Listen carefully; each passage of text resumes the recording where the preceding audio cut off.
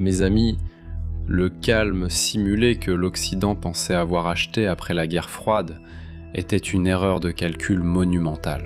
Lorsque la cérémonie de baptême du destroyer USS William Charrette DDG-130 a résonné dans les chantiers navals de General Dynamics à Bath, dans l'état glacé du Maine, nous n'avons pas seulement assisté aux mises à l'eau d'un autre navire aigri. Nous avons assisté à la naissance de la réponse implacable des États-Unis à la saturation de missiles en mer de Chine méridionale. Le navire arbore la devise « Courage au service », rendant hommage à un héros de la guerre de Corée, mais sa mission n'a absolument rien de nostalgique. Sa mission, c'est la survie.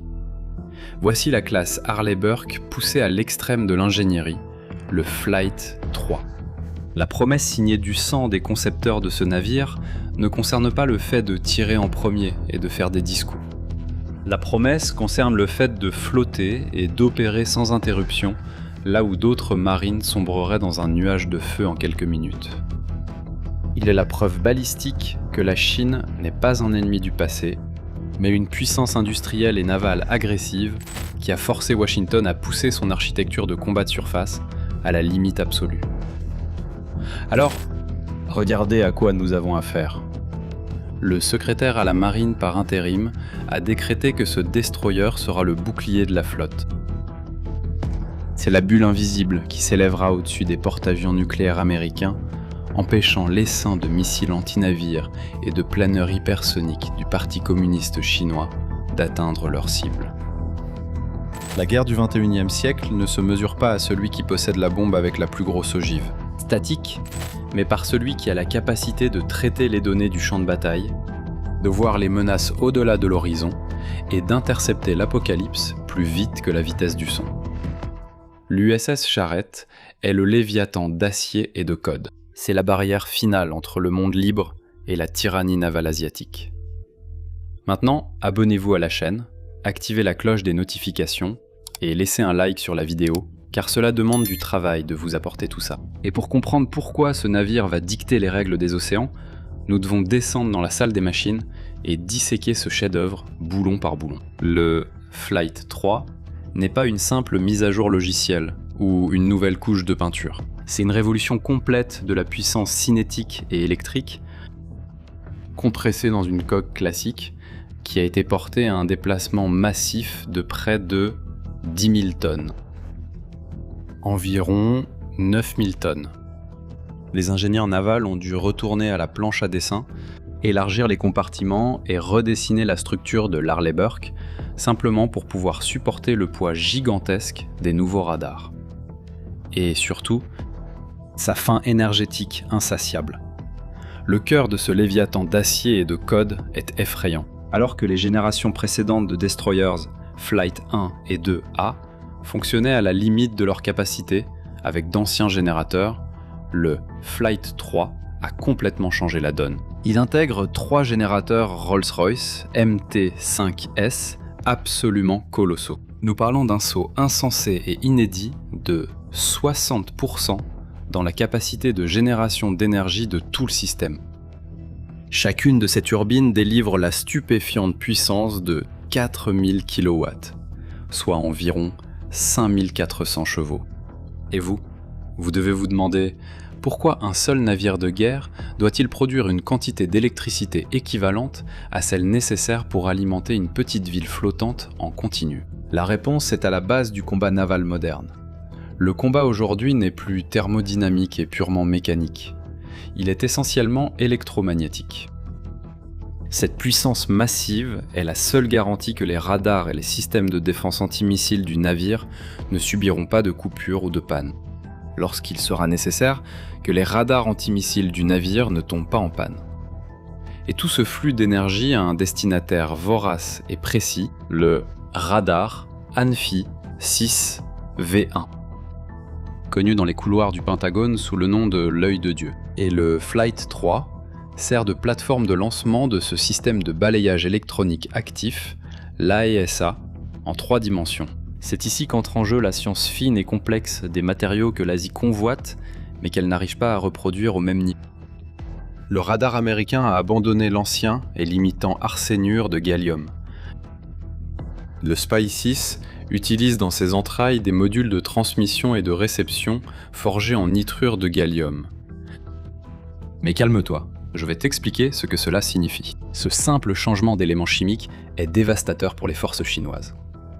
Le nitrure de gallium supporte des températures extrêmes et offre une densité de puissance brutale. Le résultat, c'est que le radar SPY-6 délivre une puissance effective incroyable, 35 fois supérieure à celle du radar SPY-1 de la génération précédente, avec un gain de sensibilité de 15 décibels. En traduisant cela dans le jargon de la physique, pour le champ de bataille, le commandant du centre d'information de combat peut désormais détecter le missile chinois volant au ras des vagues.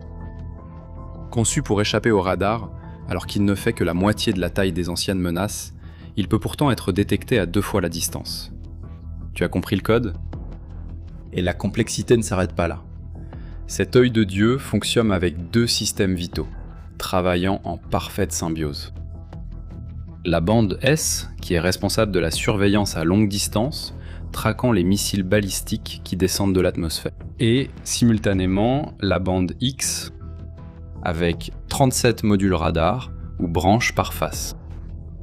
Scrute minutieusement l'horizon, éclairant des cibles à la surface de l'eau et détectant même le faible éclat du périscope. D'un sous-marin nucléaire chinois, brisant la tension superficielle de l'eau à des kilomètres de distance. Tu as compris ce code aussi ?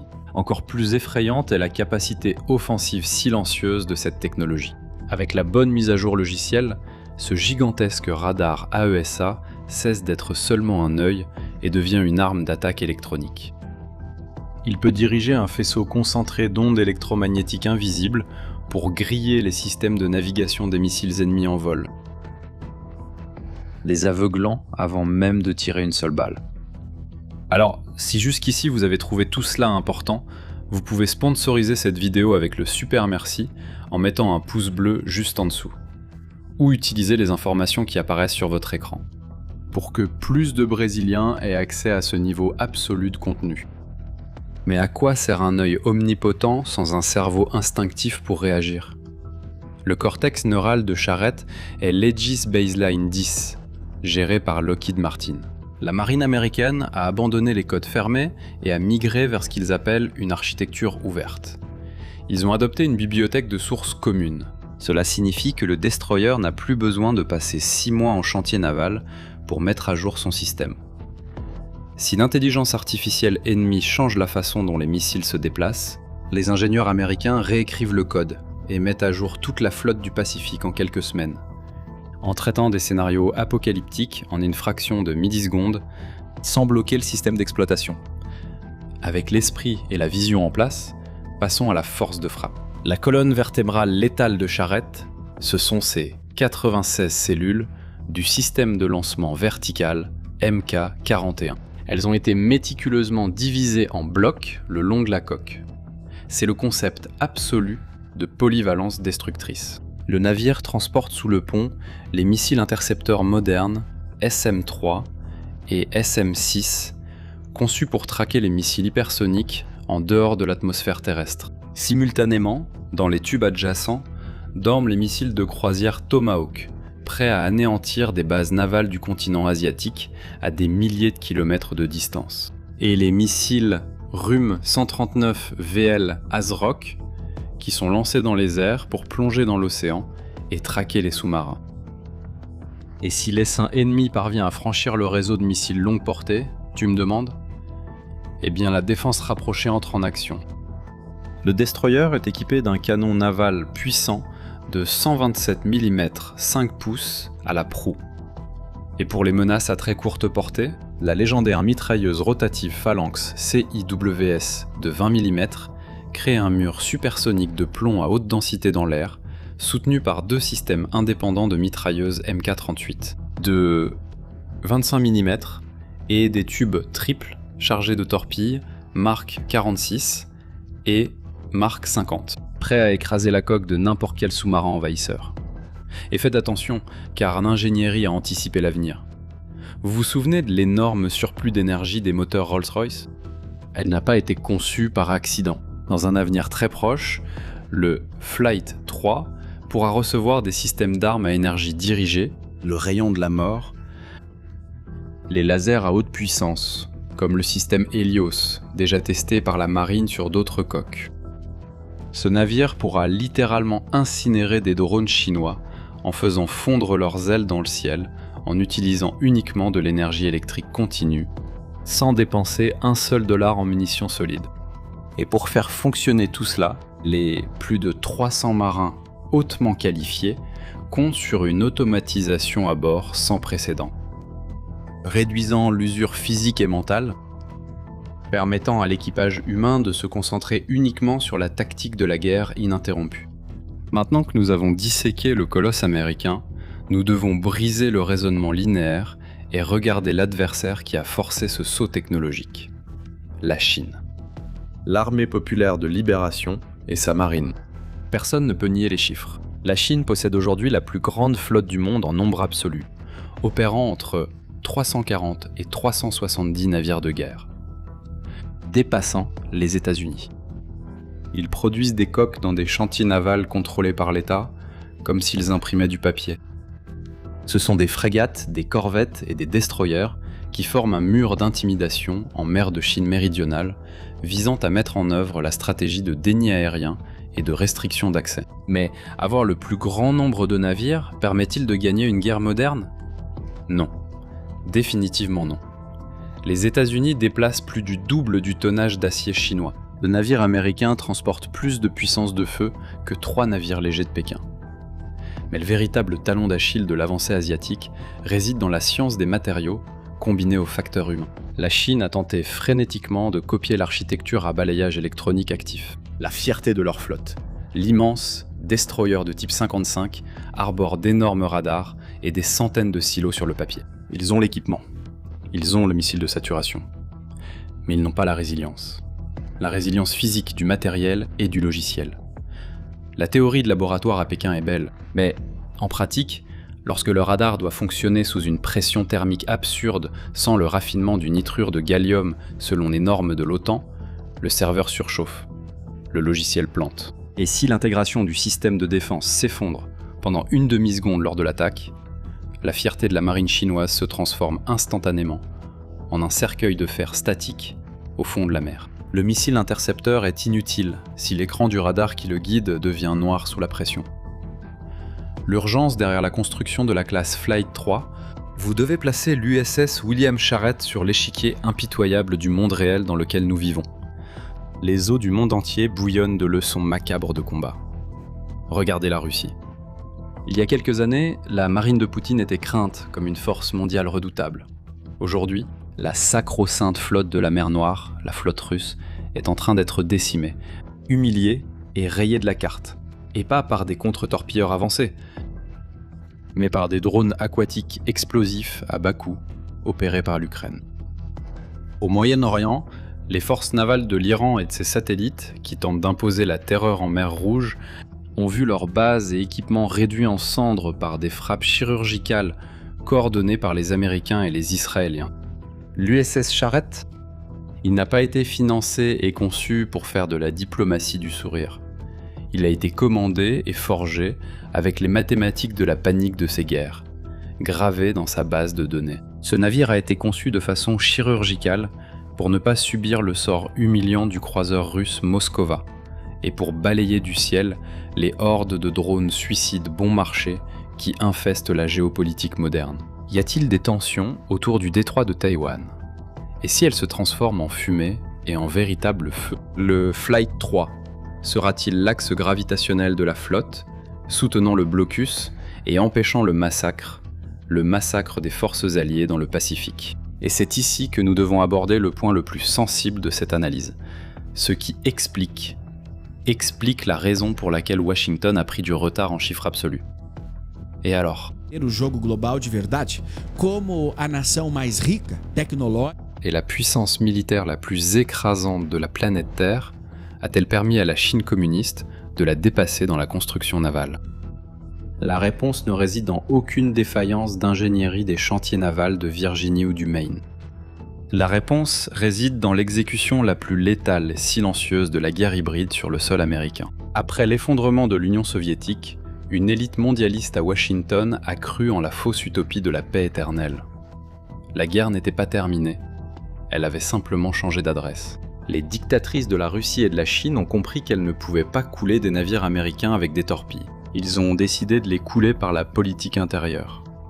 Par le biais d'une infiltration massive dans les campagnes politiques, les universités, les influenceurs numériques et des personnalités souvent liées à l'extrême gauche politique. Les puissances étrangères ont encouragé la déconstruction de la société américaine elle-même et de son complexe militaro-industriel. Construire des destroyers, Flight 3, et des chasseurs furtifs coûte des milliards de dollars. Mais au lieu de protéger la haute mer qui garantisse le libre-échange mondial, la politique américaine a été subvertie. Ils ont paralysé le budget de la marine pour injecter des sommes obscènes d'argent, extraites de la sueur du contribuable, dans des programmes radicaux et intenables. Des billions ont été détournés vers des agendas verts impossibles, des subventions imposées à l'industrie des voitures électriques, où la Chine détient le monopole des batteries, et des programmes d'expansion de l'État-providence non financés. Ils ont forcé l'ouverture irresponsable des frontières du Sud, permettant l'entrée indiscriminée de millions de migrants illégaux, diluant les ressources internes de sécurité et accueillant des groupes radicalisés. Nous avons vu d'énormes fonds fédéraux affluer vers des ONG aux objectifs purement activistes, minant les fondations morales de la République. Et le résultat direct de cette guerre hybride subversive, menée par les propres politiciens élus eux-mêmes, a été la paralysie mortelle du renouvellement naval. La démocratie américaine a failli s'autodétruire en finançant les intérêts de ses propres bourreaux. Cette léthargie idéologique a donné à la Chine le temps qu'il fallait, le vide de pouvoir idéal, pour étendre ses chantiers navals militaires à des niveaux jamais vus depuis les 100 ans, années 40. L'industrie américaine est restée qualitativement supérieure, mais a temporairement pris du retard sur le plan quantitatif, permettant à la tyrannie de respirer. Maintenant, c'est votre moment d'agir. Écrivez dès maintenant dans les commentaires les 2 mots-clés qui servent de verdict définitif à notre analyse tactique d'aujourd'hui. Écrivez « acier absolu ». Je répète, acier absolu. Mes amis, l'échiquier mondial a changé, mais le poids de l'histoire exige votre verdict final. La Chine possède aujourd'hui les usines, les imprimantes d'acier naval, les chiffres et le tonnage du futur projetés dans les documents de son parti communiste. Les États-Unis, sortant de l'ombre du sabotage interne qui a tenté de les paralyser, ont livré le joyau suprême et létal du combat moderne, le destroyer Hallerberg de type Flight 3.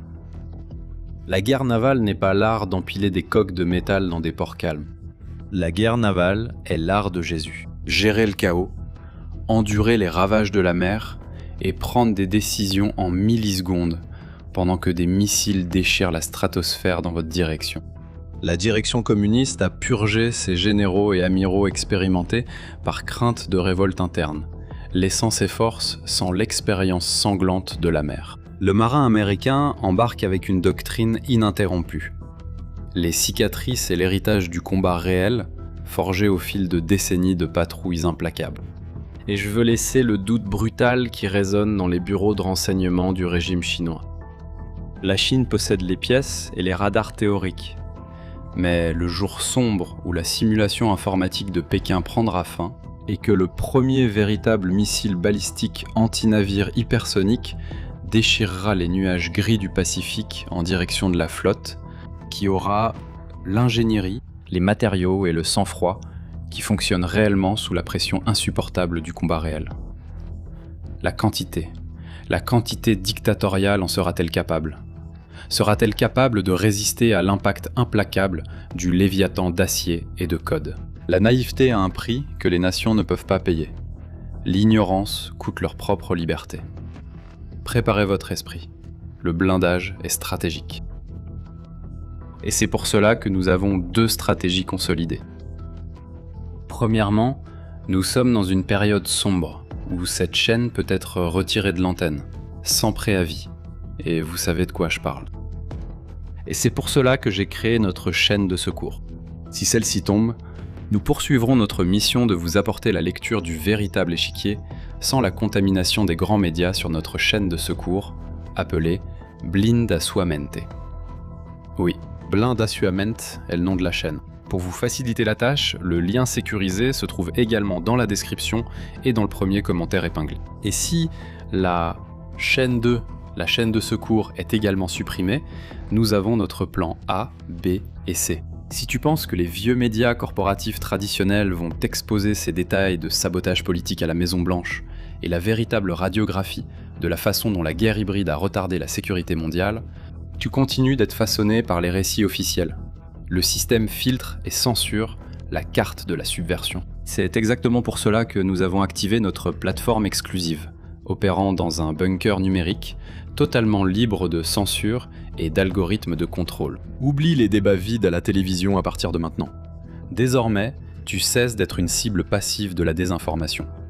Là-bas, sur notre plateforme, tu rejoins plus de 3000 analystes sérieux qui financent la vérité ici et qui se penchent chaque jour sur la carte de ce qui se passe réellement dans les tranchées politiques et navales. Prends le contrôle stratégique de ton avenir. Pointe aussi la caméra vers le QR code qui apparaît maintenant sur ton écran ou accède directement via le lien sécurisé que j'ai laissé dans la description et dans le premier commentaire épinglé. L'accès direct aux faits sans filtre t'attend. Et nous parlons de guerre hybride sur cette chaîne depuis longtemps parce que c'est ce qui se passe dans le monde. Et, incroyablement, Hollywood vient de lancer une série fantastique qui montre le quotidien de cette guerre hybride appliquée en Ukraine, en Russie, en Chine, aux États-Unis. Oui, je suis impressionné par la qualité qu'ils mettent dans ce contenu qui est disponible sur Paramount+ via Amazon. C'est pour ça que vous devez consulter notre chaîne avec des conseils de séries et de films. Là-bas, nous vous apportons chaque jour un nouveau conseil pour que vous puissiez simplement en profiter avec votre famille sans perdre de temps. Fini de passer 2 heures à regarder un film pour découvrir que c'était vraiment nul. Alors cette série qui s'appelle Lioness, les gars, elle est impressionnante. On dirait que c'est nous qui l'avons écrite, que c'est nous qui parlons du sujet là-bas.